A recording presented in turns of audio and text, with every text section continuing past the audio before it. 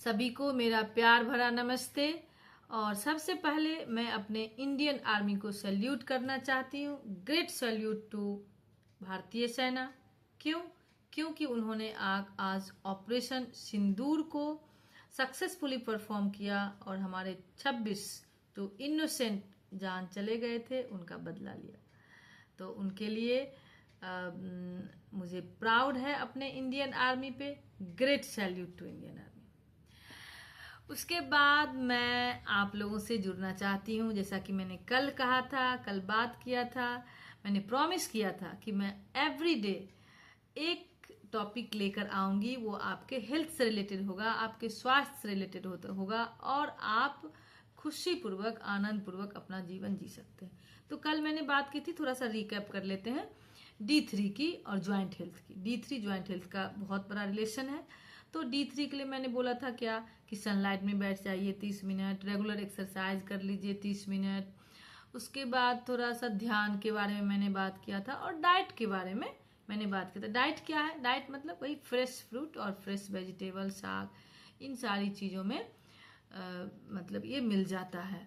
Mainly तो D3 sunlight में मिलता है। उसके बाद सप्लीमेंट की मैंने बात की थी। सप्लीमेंट जैसे कि कैप्सूल के फॉर्म में और पाउडर फॉर्म में लेना कब है? सुबह 6 to 8 का सनलाइट लेना है और सुबह ही जो सप्लीमेंट हमें मिलेगा वो सप्लीमेंट सुबह ही लेना है, ब्रेकफास्ट से पहले, और नहीं तो जस्ट इमिडिएटली आफ्टर ब्रेकफास्ट। ठीक है ना? ये तो रिकैप हो गया कल का। अभी आज हम बात करने वाले हैं B12 की। तो B12 कैसे जरूरी है हमारे हेल्थ के लिए? क्योंकि B12 हमारा नर्वस टिश्यू के लिए जरूरी है, हमारा मसल्स के लिए जरूरी है। हमारे बॉडी में जब थकान महसूस होता है तो थकान B12 की कमी से होता है। हमारा स्किन जो है वो पेल हो जाता है, हमारे टंग पे छाले पड़ जाते हैं, गलफड़ों में अल्सर हो जाता है, फ्रिक्वेंटली होता है ये सारी चीज़ें, है ना। उसके बाद हेडेक। रिसर्च में आया है कि मतलब 80 to 90% ऑफ हेडेक जो है वो विटामिन B12 की कमी से होता है। इवन माइग्रेन तक का रिसर्च आया है कि माइग्रेन वाले पेशेंट को जब देखा गया तो उनमें विटामिन B12 का लेवल बहुत कम था। यानी कि B12 के लैक से, डेफिशिएंसी से माइग्रेन होता है, हेडेक होता है। तो इन सब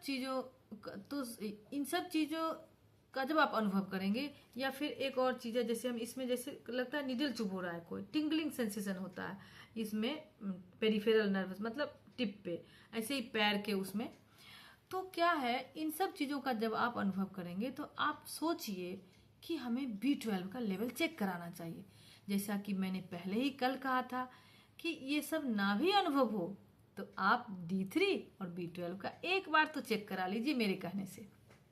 ठीक है, एक बार चेक करा लीजिए। यदि आज आप चेक न कराए हों तो 4 से 5 दिन के अंदर अंदर आप चेक करा लीजिए। डेफिनेटली मैं चैलेंज करती हूँ आप में यदि ये सब कोई सिम्टम है तो जरूर से आपका विटामिन D3 और B12 का लेवल कम होगा, आपके हेयर फॉल होंगे, आपका हेयर ग्रे हो रहा होगा, तो आपका ब्लर विजन होगा। इन सारे सिचुएशन में आपके विटामिन D3 और B12 लेवल जरूर से कम हुए रहेंगे। तो आप चेक करवाना है आपको।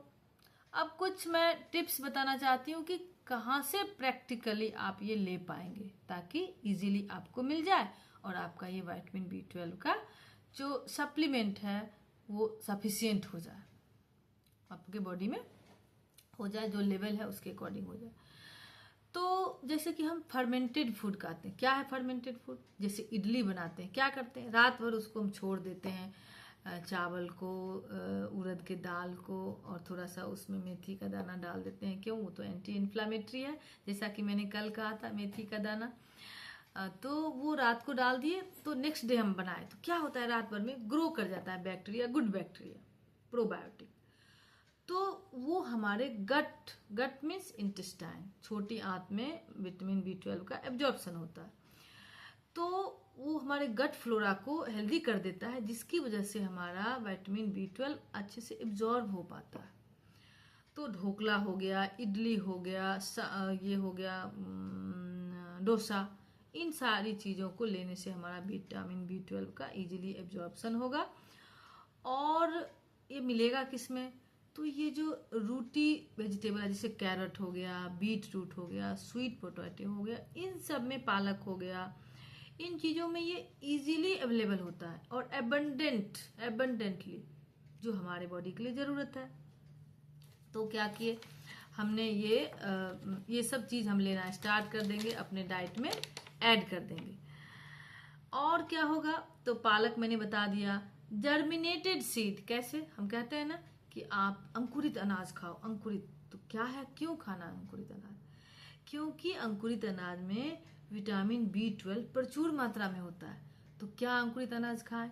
चना, मूंग हो गया, कुछ और साबुत अनाज है तो वो आप ले सकते हैं अंकुरन करके वो आप लेने से आपका विटामिन B12 का लेवल ठीक हो जाएगा और आपका स्किन में ग्लो आएगा, आपका स्किन पेल हो जाता है, आपका मसल्स जो है सो वियर एंड टियर हो जाता है, मसल में थोड़ा जो शाइनिंग है वो नहीं रहता है ये विटामिन B12 की कमी से।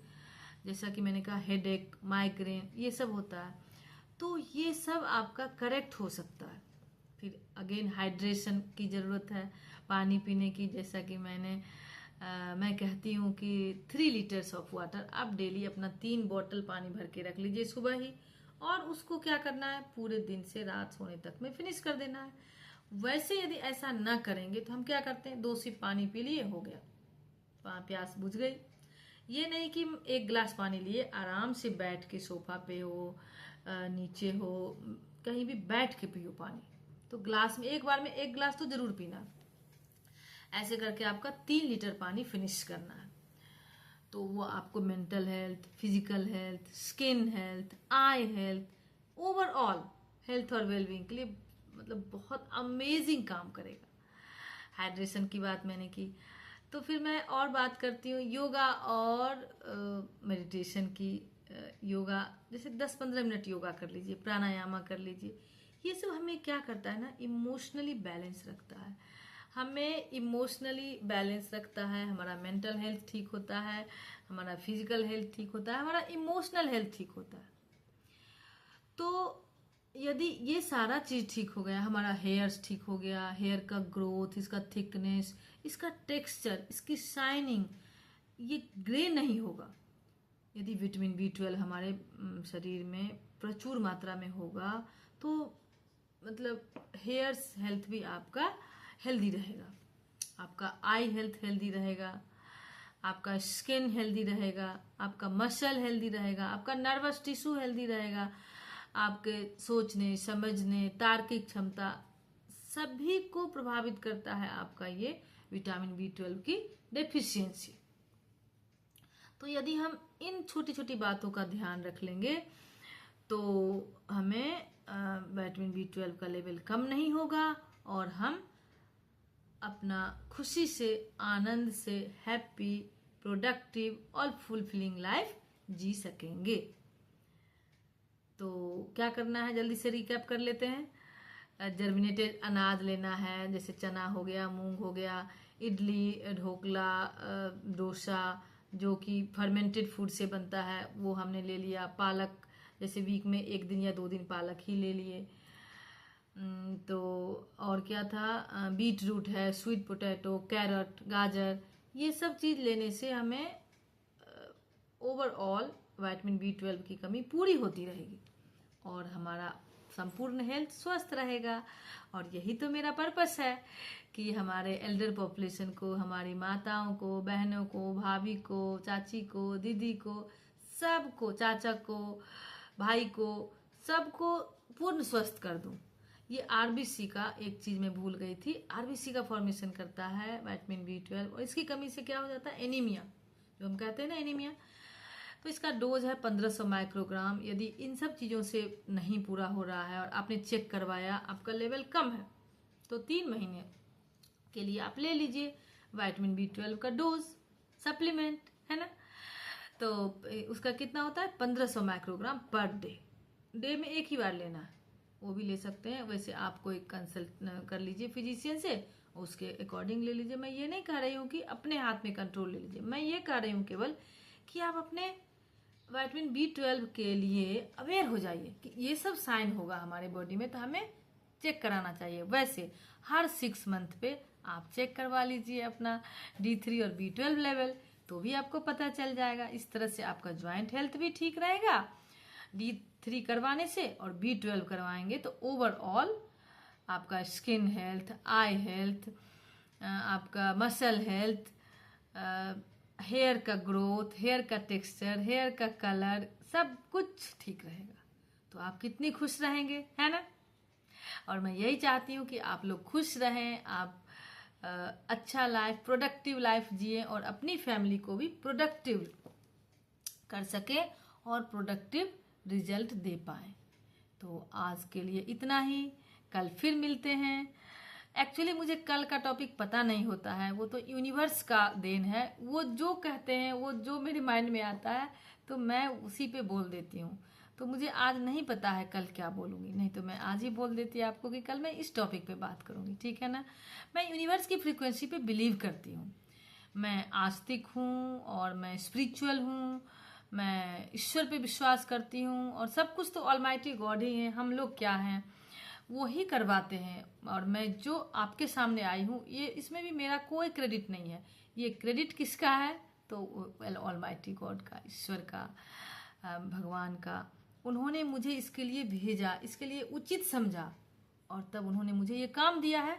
तो मैं इस काम को अपने डिवोशन से, भक्ति भावना से मैं चाहती हूँ कि ये काम मैं परफॉर्म करूँ, और हम अपने सभी माताओं बहनों को जागरूक करूं, उनके हेल्थ के बारे में, संपूर्ण हेल्थ के बारे में, वेल बीइंग के बारे में, उनके खुशी आनंद के बारे में, और वो आनंदित और खुशी होकर अपने परिवार की देखभाल कर सके, अपने शरीर की देखभाल कर सके, अपने माइंड की देखभाल कर सके, और ओवरऑल एक सुखमय, खुशी, आनंदमय जीवन जी सके। ये मेरी शुभकामना है। और यस, मातृ दिवस आ रहा है। वैसे तो मैं एवरी डे को मातृ दिवस मानती हूँ, मैं ऐसा सोचती हूँ कि इस धरती पे आज मेरा ये अंतिम दिन है, तो ऐसा मैं किसी लोगों के साथ ऐसा ही बिहेवियर करती हूँ, ऐसा व्यवहार करती हूँ, ताकि मुझे ये फीलिंग ना हो, एक तरह से रिग्रेट ना हो कि आज के डेट में मैंने किसी को दुख पहुंचाया हो, तो मुझे रिग्रेट नहीं होना चाहिए, मैं ऐसा सोचती हूँ। लेकिन फिर भी जैसा कि हम लोग सेलिब्रेट करते हैं ये मातृ दिवस, ये पितृ दिवस, तो ठीक है, उसी के बहाने यदि हम अपने आप को अवेयर कर लेते हैं तो ये भी एक अमेजिंग बात है ना। वैसे तो एवरी डे इज मातृ दिवस, एवरी डे इज पितृ दिवस, एवरी डे इज हमारा फैमिली डे। हम अपनी फैमिली को खुश रखें, अपने माता पिता को खुश रखें, अपने सास ससुर को खुश रखें, इससे बड़ी बात और क्या हो सकती है ना। अमेजिंग बात ये। तो मैं चाहती हूँ सभी सास ससुर को भी अपने माता पिता ही समझें, तो फिर उनको बेटी की जरूरत ही नहीं पड़ेगी, सभी बहू ही बेटी रहेंगी। तो ऐसा सबके घर में होगा तो फिर वो सोचेंगे नहीं कि अरे मुझे बेटी होना चाहिए, है ना। वैसे बेटी होना बहुत अच्छी बात है, तभी तो हमारे घर में वो बहू आएंगी जब बेटी होगी। बेटी होना भी अच्छी बात है। और हम बेटी भी हों तो अपने इन लॉज के साथ मतलब बेटी बन के ही रहें, उनकी बेटी बन के ही सेवा करें, उनके साथ अच्छा बिहेवियर करें, तो आपको ब्लेसिंग्स मिलेगा, आपका रोम रोम ब्लेसिंग्स से भर जाएगा, उनका रोम रोम खुश होगा और वो आशीर्वाद देंगे, और आपका हर एक क्षण खुशी से भर जाएगा, आनंद से भर जाएगा। ये मेरा मानना है, मेरी सोच है, मेरा ये व्यक्तित्व है। मैं चाहती हूँ ये व्यक्तित्व को, ये सोच को मैं सबको बताऊं, और सब ही ऐसा व्यवहार करें, और उनका लाइफ भी अच्छा हो जाए, क्योंकि उनका अपकमिंग जनरेशन ये देखेगा, सीखेगा, है ना।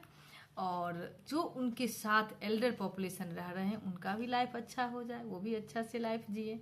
तो ये बोथ वे में दोनों को कॉम्प्लीमेंट्री है, दोनों को एक दूसरे से लाभ हो सकता है, होगा, होना चाहिए, और ये सिम्बायोटिक रिलेशनशिप है। हम उनको करते हैं, हमारा बच्चा हमें करेगा, तो ऐसे एक दूसरे को होता रहेगा केयर, है ना।